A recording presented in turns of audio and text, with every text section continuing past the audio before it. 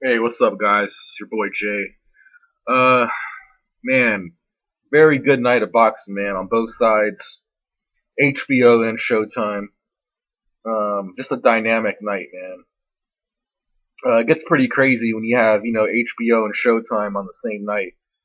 It becomes usually a big headache to do post fights and stuff like that. But I'm gonna start off with this Austin Trout versus Erislandy Lara fight. I predicted Erislandy Lara to win this fight. Um, I didn't really expect the fight to be um, such a shutout by Erislandy Lara. I actually thought the fight would be kind of close. Apparently, I was wrong on that, but I was right on choosing Erislandy Lara to win. And the reason why I picked Erislandy Lara to win was pretty much just the difference in power. If you have two guys who are so equally skilled, the matchup, is so close by itself just by looking at the two fighters. Um, I usually have to go with the guy who has the more, defining edge in the power, especially in nowadays when you have judges, who really pay attention to that kind of stuff. Um, Erislandy Lara just looked in, better definition. He looked more ripped. Just more crispness in his punches. He clearly saw in this fight, man.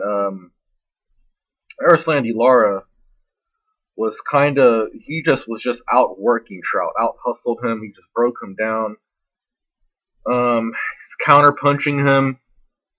He was making him turn a lot, making Austin Trout miss a lot, man. Um, this was just an actual absolute shutout by Erislandy Lara. To tell you guys the truth, I couldn't really find one round to give to Austin Trout. Not even one. I mean, some people gave him two, some people gave him one. You want to be generous, all right, you can say you gave him one round, but still, that doesn't even really mean shit. Um, Erislandy Lara proved tonight that he's a force to be reckoned with at this weight class, and it's going to be really interesting to see where he progresses from here on out. But I'm gonna get onto that a little bit later in this video, but I kind of want to talk about more what happened in this fight. I think Austin Trout actually um, he underestimated Erislandy Lara. I think he underestimated his talent. He underestimated his skills, and it clearly showed in the fight. Erislandy Lara was really picking him apart. Um, it was so crazy to me, man, um how it was just crazy to me how I believe this was after the round where he knocked him down with that. Man, that was such a beautiful shot, man. I mean, he had Trout looking lost in Mars. That shot, I believe it hit him on the right square on the temple, man. He had him, man. He fucking dropped him so beautifully, man. But it got to a point where it was such a bad shutout, man. Erislandy Lara, I don't know if you guys remember this or not. I remember this. He was actually laughing. I don't know if he was laughing directly at Austin Trout, but I believe it was after the round where he knocked him down. He was looking back in his corner and he was like laughing so hard, like he was actually toying with this dude, man. Some like old school Mike Tyson's punch out shit. Where you fight that soda pop Paninsky guy, and before the round would start, he would like laugh at you. That's what fucking Erislandy Lara was doing in this fight, man. This shit was an absolute, man. Much props to Erislandy Lara, man. He freaking went in there and just decimated Austin Trout. I don't take nothing away from Austin Trout. I think he's a good fighter. I think he could bounce back, but right now, I think Austin Trout is on a very, very, very tough road right now. A lot of the fans obviously were upset at the Barclays Center. Um, two losses in a row. And yeah, you could say the Canelo fight was close. Um, Austin Trout talking about he wanted to fight Floyd Mayweather. Well, that just went out the window for sure. One thing we do know, Austin Trout will not fight Floyd Mayweather within these next 4 fights for damn sure. Will we see Erislandy Lara versus Floyd Mayweather? It's a possibility. I wouldn't mind seeing the fight. I think that's a good fight for Floyd Mayweather. It's a good, change in opponents as far as style-wise. Young, hungry, strong contender. But yeah, Austin Trout, he could bounce back. I'm not saying that he can't, but he's just on a very, very tough road, man.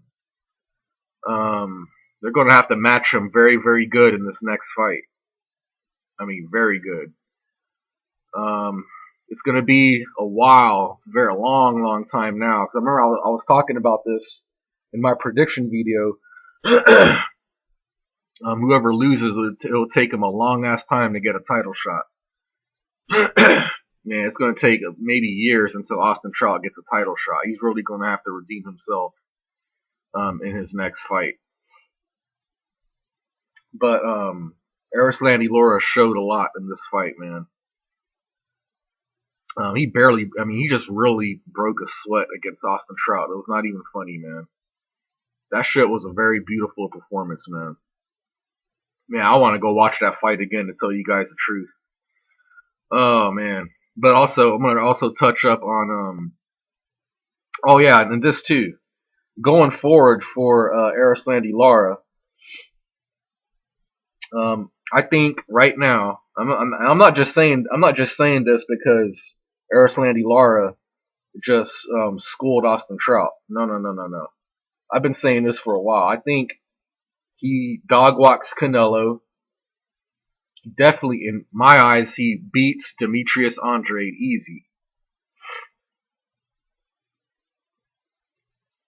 I think this man could actually become the king of the 154-pound division. Now, James Kirkland would be an interesting fight. Because we saw with the Angulo fight, Angulo kept coming, man. He kept bringing that pressure. And that's, what eventually got, Erislandy Lara knocked down 2 times. So it would be interesting to see him against James Kirkland at 154 pounds. Speaking of James Kirkland, he made a terrific, marvelous comeback. Annihilated, destroyed, and walked through Glenn Tapia like it was nothing. I watched bits and pieces of that fight. I was actually switching back and forth between HBO and Showtime. But I believe he stopped him in the 6th round. I didn't know, I'm not going to be honest with you guys, I didn't know anything about Glenn Tapia. I never underestimate unknown opponents. He did look like a very solid opponent, though. I'll give him that. He did look like a very solid fighter to me. James Kirkland just clearly out-hustled him and outworked him, and just he brought the pain to him pretty much. I mean, there's nothing really more to add on that. Another guy that I think also beats Canelo is James Kirkland. I said that way back in the day. I thought Canelo should have fought James Kirkland before he fought Austin Trout. Obviously, that didn't happen, but if they were to fight in 2014, I think James Kirkland will beat Canelo. It'll be a good fight. I'm not saying it wouldn't be like a shutout or anything like that, but I think James Kirkland beats Canelo. Let's see, what else? Devin Alexander versus Sean Porter. I didn't really know. I've seen Sean Porter fight. I believe when he fought Julio Diaz. I didn't really think nothing too much of that fight. Let's see. Okay, Sean Porter. He pretty much used a very good tactic that Timothy Bradley used against Devin Alexander when they fought. 2 things that Devin Alexander lacks. He cannot handle fighting on the inside, and he cannot handle very aggressive pressure, especially when he's backed up against the ropes, which Sean Porter did numerous times. But it's not that Sean Porter actually used just out of the blue ordinary pressure. Sean Porter used very smart aggressive pressure. You can clearly see that Sean Porter made Devin Alexander respect his power very early. And I believe once Sean Porter noticed that, he capitalized on it. So he actually, pressed the attack by attacking downstairs to the body and then going up to the face, and then he would actually clinch in the smart moments. This was actually breaking Devin Alexander down tremendously because Sean Porter's style was so awkward. Devin Alexander didn't know how to react. I believe this was the first time I actually ever seen Devin Alexander like this. And one thing I could say about Devin Alexander, man, he showed a lot of heart in this fight.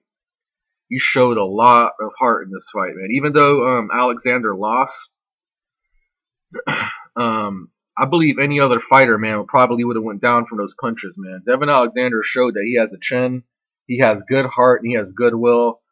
Even though Devin Alexander lost his title, I believe he has nothing to be ashamed of, man.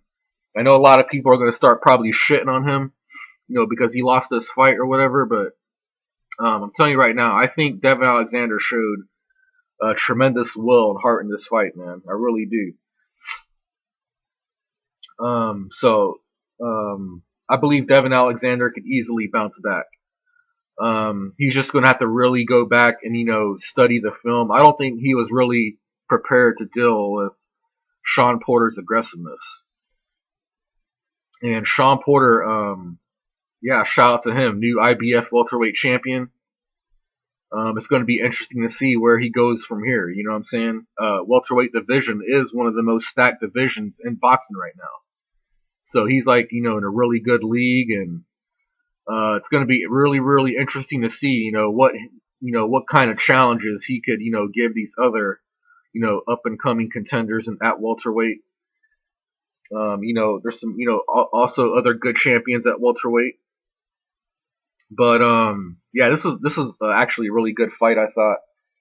Going on to the main event between Zab Judah and Paulie Malignaggi. I wasn't really too psyched about that fight. Paulie Malignaggi, outboxed Zab Judah beautifully. It's no surprise now that we could all safely assume that Zab Judah is really just a 4-round fighter. No disrespect to Zab Judah. Zab Judah has had one hell of a career. This man's fought. He has one hell of a resume, man. He's been in there with everybody, man. Corey Spinks, Miguel Cotto, Joshua Clottey, Danny Garcia. Gave Floyd Mayweather a run for his money. Numerous time champion. He was at the top of his game at one point. But it's no surprise by now, Zab Judah has deteriorated. And I think it's time for Zab Judah to really hang up the gloves. He has had one hell of a career, though. I'll give him that. It's hard to really say if he'll crack Hall of Fame. That I'm not really too sure of. But he has one hell of a career, man. He's got nothing really to to frown upon if he retires against coming off a loss to Paulie Malignaggi. In this fight, Zab Judah, he just couldn't really get nothing going in this fight. He couldn't get his rhythm going. It seemed like he had a hard time establishing the jab. He looked in decent shape. I don't know. He just wasn't in that fight. This fight was purely just, a battle for Brooklyn supremacy. Yeah, I think it's really honestly time, man, that Zab Judah really, really hangs up these gloves, man. I would like to see him do that. I would actually like to see him become a trainer. I know he's a family man. I'm pretty sure he's made a good amount of money in the sport. But it was a pretty good fight, I thought. But overall, very good night of boxing. I'm actually gonna get ready to upload my post-fight thoughts on the other fights. So you guys stay tuned for that. You guys let me know what you thought of these fights I just mentioned. And I'll see you guys in the next video. Peace out.